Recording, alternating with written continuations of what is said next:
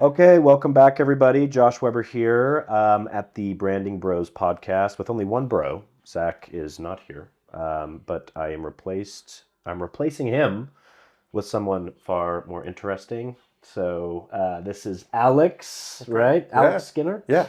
Um, Welcome to the podcast. I'm happy to be a bro, I Yeah, think bros get a bad name, but I'm happy to be, brought into the fold. So I this appreciate is it. the right kind of bro here. Yeah. Yes. Thanks. I forgot my hat.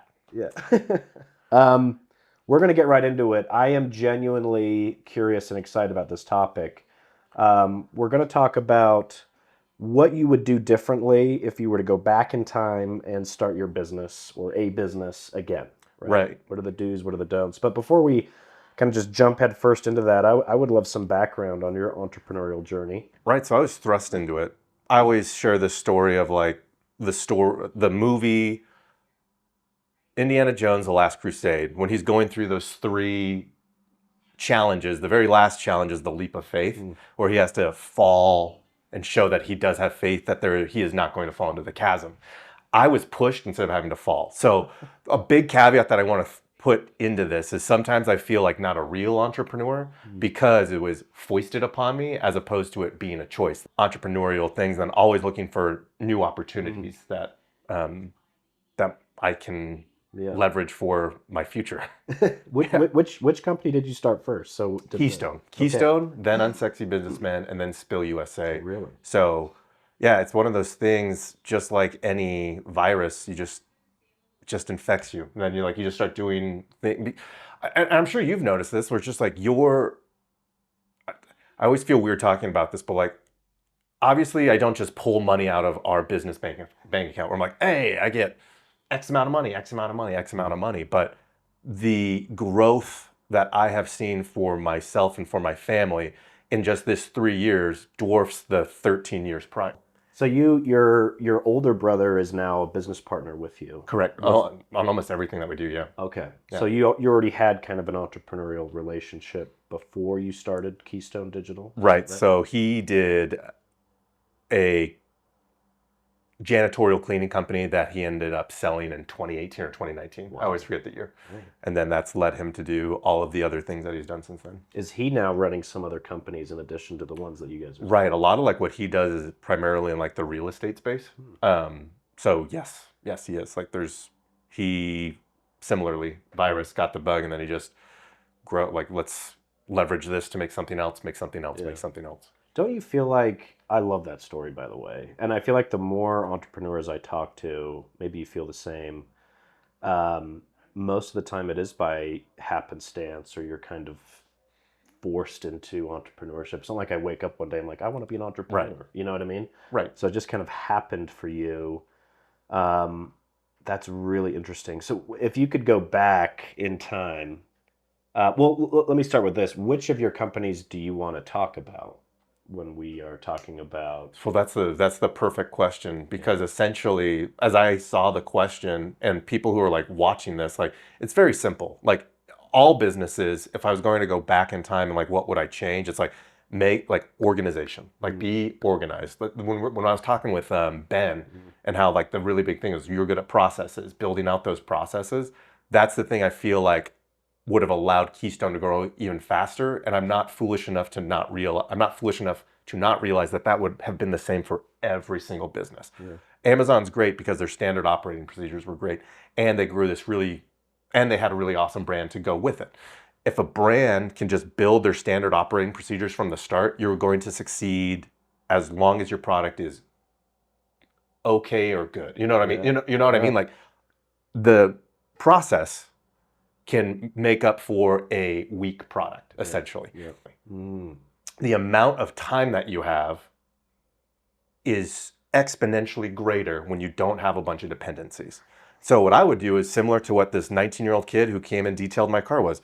Maybe a car detailer, maybe a carpet cleaner, something within the trades that doesn't require even like a trades degree or a 4-year degree, and start building something that way, because you can start making the kid was making $20,000 a month detailing cars at the age of 19. Yeah. It's more than I make right now. No. And so like at 19, he was doing that, and he's just like, so what do I do next? I'm like, dude, you're like way ahead of me. I don't know why you're asking me. Like you just just keep that Google business profile getting reviews and like Yeah. you're good to go. Yeah. So like my big answer is go back to when you had the fewest dependencies possible and like start building whatever it is. Try not to do something that you love because that will ruin it. Actually, why'd you do marketing? Like why'd you go brand? You know what I mean? Yeah, yeah. I mean, short answer, it's very similar to your story. I've always liked marketing. You know, when I went to school, I loved business. I was never a very analytical guy. I kind of leaned into the creative, and I marketing classes were easy for me. You know, you kind of find what your unique value propositions are as a human being. And then I did agency life ever since graduating college. I was agency. But I always, in the back of my mind, I always wanted to start my own agency because there was a particular way I wanted to do things. Anyway, long story short, I had a different company when I was in college that was totally different. It's another story. I sold that company right when I graduated because I knew I wanted to get into marketing. And then I did agency life. And then 8 years ago, same thing, convinced my brother, said, hey, let's rock and roll. Right. And we're still doing it today. But it started off with I loved marketing, right? But Okay. then the more that I do Big Red Jelly, I've learned that what I really like to do is build a business. You know what I mean? Gotcha. So as per what Ben brought up on your podcast, I fell in love with processes and getting creative with processes and service development and product development and client happiness. So now my mindset's totally shifted. And I think it's kind of related to your point, which is if you're just going to start a side gig because you love doing that thing, you're probably going to get stuck there. You know what I mean? Yep. I think your love has to evolve to, I like building this business. And then you learn finance, you learn accounting. But some people, they get to that stage and they're like, whoa, I actually just like to do plumbing. Right. So maybe, have you read the book, The E-Myth? No, I have not. Highly recommend. That's what he talks about. He's like, let's say that you're a plumber and you're the best plumber at the plumbing company. You're like outperforming all the other plumbers. And you start to think to yourself, man, I can just do this better than anyone else. So I'm going to go start my plumbing company.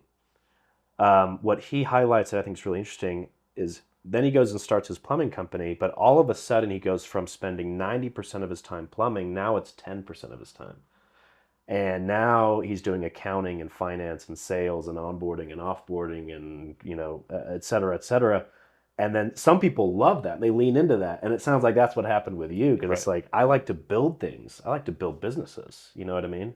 But some people will get to that stage and then realize, ooh, this is not what I signed up for. I miss plumbing. Right. You know what I mean? So to your point, it's like, yeah, I think you should really think about, do you like building a business or do you like doing the thing?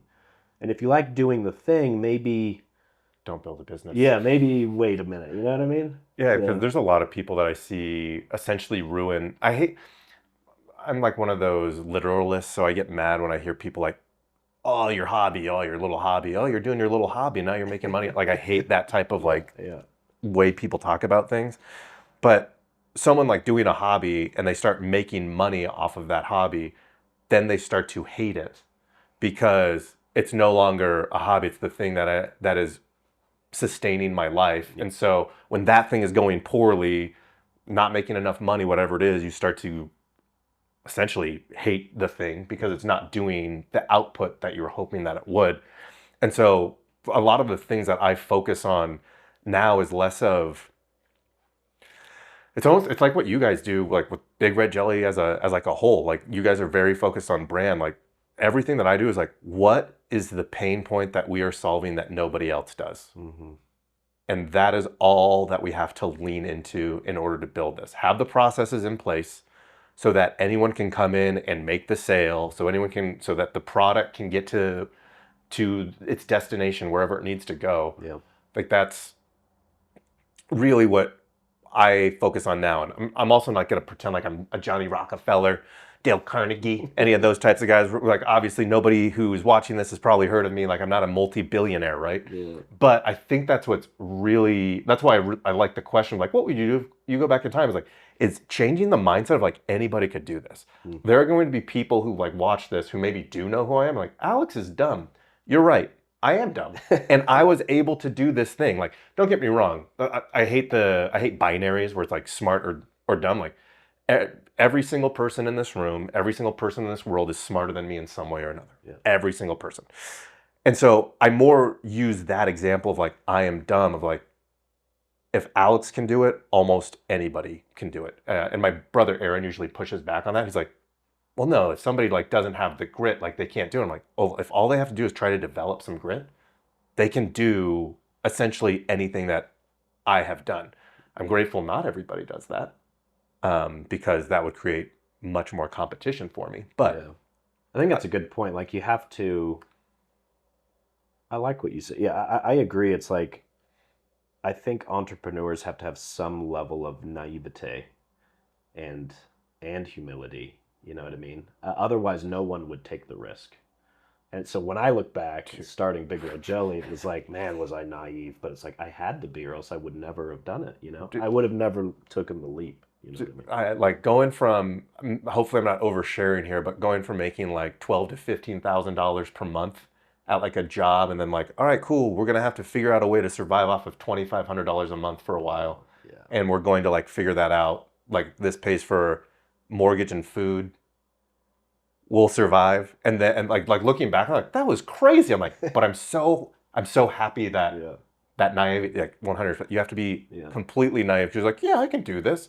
And like, dude, what if I was still, there's no way I could have survived $2,500, property taxes going up.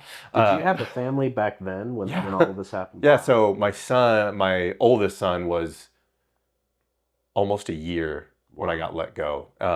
And then we had another son who was born 9 months ago.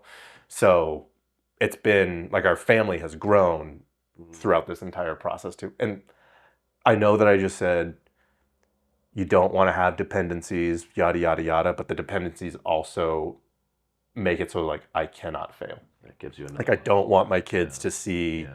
I don't want them to be like, oh, wow, Dad, you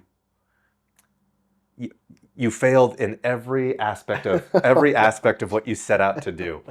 So thankfully, like we've had stuff that has hit, things that are successful, things that are growing. We've had failures too. Like it hasn't been perfect. Like Spill USA started off as a different company that failed miserably, and then we pivoted to a different way of going about, a different messaging and branding of who we are. So like I'm very cognizant of like the many failures that I have had, but also want to make sure I do celebrate those wins. Yeah. And my kids motivated me a lot for those. So speaking out two sides of the mouth right there, but I do think when you have fewer dependencies, like growing is way easier. See, I'm spoiled. Like I admire that a lot. I'm a single guy, no kids that I'm aware Why of. Big Red Jelly's so successful? No. But like this is perfect though. Like Yeah. like we have like a different dichotomy here where it's just like you are proof that it works. I am proof that it can work another way. But I would also say this, and maybe this I don't know. Whoever's editing this, like we have to edit out every time. Like, am I oversharing? Like I also know Big Red Jelly is way more successful than Keystone is. And probably the trajectory that we are on isn't, which is fine. I'm not like saying we need to be Big Red Jelly, but like you guys are at 8 years, we're hitting our third year. Like, are we going to be where Big Red Jelly was 5 years from now, where you guys are right now? Probably not. And I would accredit that to there are other priorities that I have that I focus on, but that doesn't necessarily mean that like it's a failure in any way. Like comparison is the thief of joy. Like when I was talking to Ben, I'm like, I really believe that there's pie for everyone. You guys are going to get pie. I'm going to get pie. The whole world's going to get pie. We're Especially all in gonna be agency space. Yeah. It's absolutely. It took me way too long to figure that out, that strategic partnerships are rocket fuel. You know what I mean?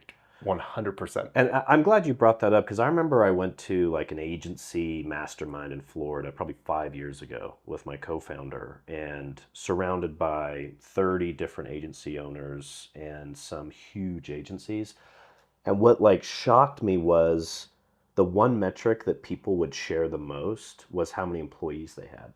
It's like that was the measure of success. Isn't that strange? You know what I mean? What a vanity metric. Right. I'm like, it is cool, I Yeah. guess. You know, I remember bumping into a gentleman. He's like, yeah, I've got 250, employees, and my revenue per FTE is ABC. But then I remember having a conversation with another gentleman, and he had a team of 3. But it was very open book, and so people would like share their numbers. And he was like, yeah, I've got 250, employees, and my revenue per FTE is ABC. But then I remember having a conversation with another gentleman, and he had a team of 3. But it was very open book, and so people would like share their numbers. And he was like, his profit was insane. Right.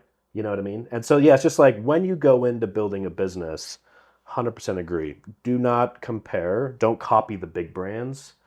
And think about like what are the metrics that are most important to you? You know, do you want to scale and just like really scale your revenue and then try to exit? Great. Or do you want to be super profitable and efficient?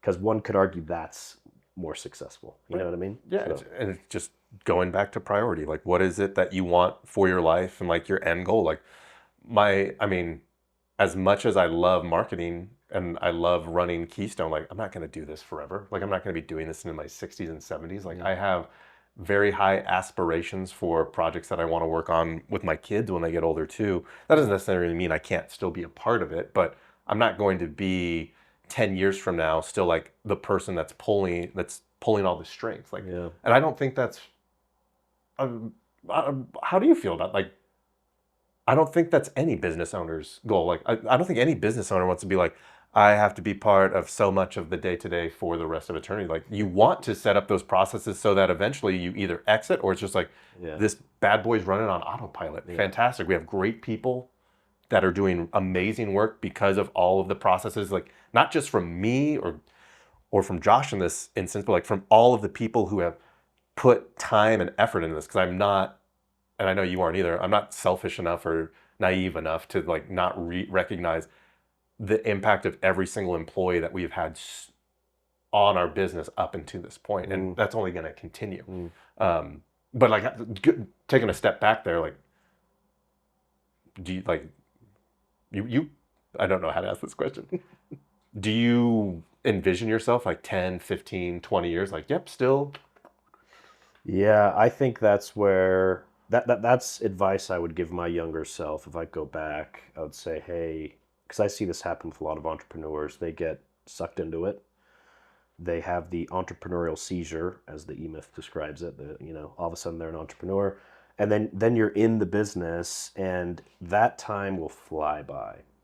Next minute you wake up, it's 10 years later, and you're still maybe you're doing great, maybe you're not, but my point is when you start a business, you should have an exit strategy. Like, what is the plan here? Right.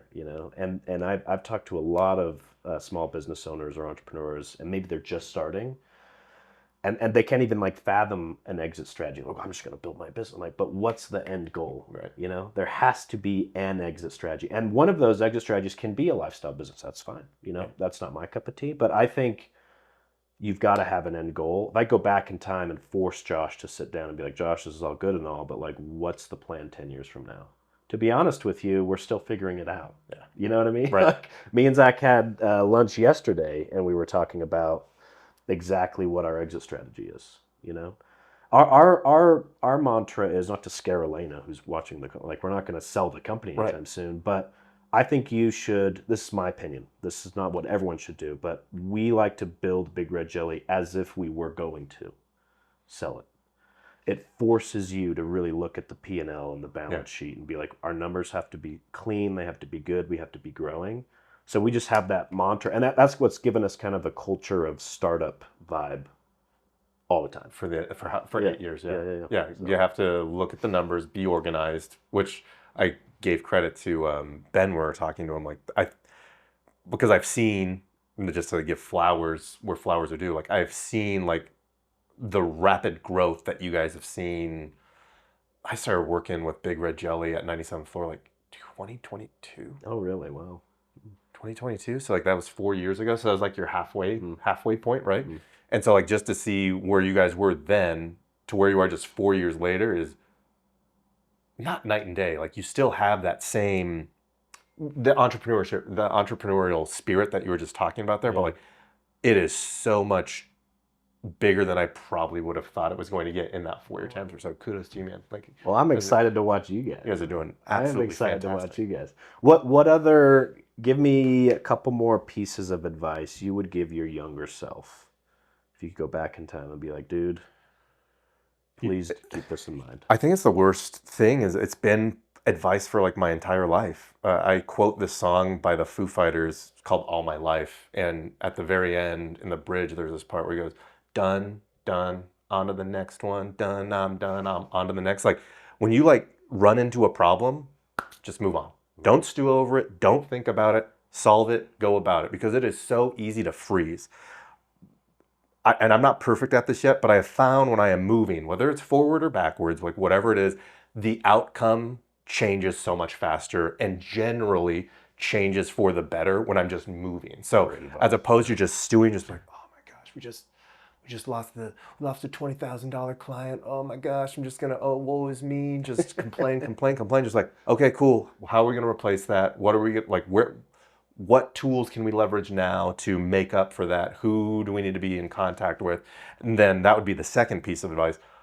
I should have already had those things planned out. Like you should always have growth plans in the process. It's not just like, we are a referral-based business. What happens when the referrals dry up? Yeah. And then what happens when you're in a situation like right now when there is so much economic uncertainty where people are like pulling back their marketing dollars like a tiny bit? You should always have a plan, because you want to know what? People are always pulling their marketing dollars back a little bit. Like, this isn't abnormal. COVID, even after COVID, where we're at right now, like there's always ebbs and flows in markets. Like there's always times like that. So having that plan for when people are ready to be to pull back on those things would be like the two biggest pieces of advice, where it's just move on, move forward, don't stew over the bad things, and then make sure that you already have a plan in place for when those bad things do happen, because it can be absolutely crippling, or it can be the jet fuel that moves you along. Like, I don't really love binaries, like I've already mentioned, but like I feel like that is the case. If you're just like sitting there, it's going to slow down your growth a ton. So true. Yeah. Easier said than done, but that is so true. Last question. What are you most excited for this year? Like, the team is growing out of necessity, and the people that we are bringing on are incredibly excited from a innovation. Like they're coming up with really new ideas that are going to wow, surprise, and excite our clients. It's like one of those things where it's like nothing necessarily groundbreaking. It's just like, we have created a tool that makes it faster for this output, and we are seeing great success with it. So I'm really excited for that. I feel like, and I talked with Ben a little bit about this, I feel like we're getting close to AI bubble, where all of these people who have been doing like, I can do 1 billion things with AI for you for a nickel. Yeah. A lot of people are going to turn their back on that and start looking more to like, can you just drive revenue for me? Yeah. Like, I just want you to drive revenue. If you make one piece that makes me $1 million, fantastic. If you make me 100 pieces that make $1 million, fantastic. Like, I just want to see my revenue increasing. Yeah. Can you show us that? I feel like that is happening right now. Very blessed that like AI started to take off right when, so it was March or February of 2023 when I got fired.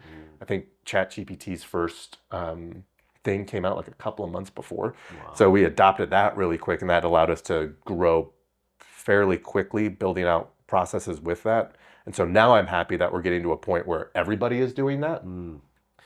But I feel like we have leveraged it in a way that has allowed businesses to grow, and not just here's 1,000 things, hopefully something sticks. Yeah. So that's personally what I'm thrilled to see, is all these agencies start falling by the wayside, and freelancers. Where can people find you? Is KeystoneDigital.com? Yeah, KeystoneDigitalServices.com. We're on LinkedIn. Check us out. But really, go check out Unsexy Businessmen on YouTube. That has changed quite a significant amount over the time that we've been doing it, where it's now focused on all things unsexy for your growth. So it's going over all of the really annoying, unsexy things that lead to the pretty finished product that we often see, because I think it's really easy for people, the Instagram culture, to just be like, oh my gosh, that person looks amazing. Yeah. But you don't see the 6 months of work or whatever they did to get there. I can't believe that person went on vacation. Like, yeah, that's what we're all about right there. All right. Well, thank you guys for joining us. Alex, this was amazing. Unsexy Businessmen. I've watched a few videos. It's there needs to be more of that. It's Yeah. what is the stuff that you don't see on Instagram? It's not overly polished, and guess what? That's 90% of building a business. Of everything. Everything. Okay, thank you guys for joining us. Tune in next time.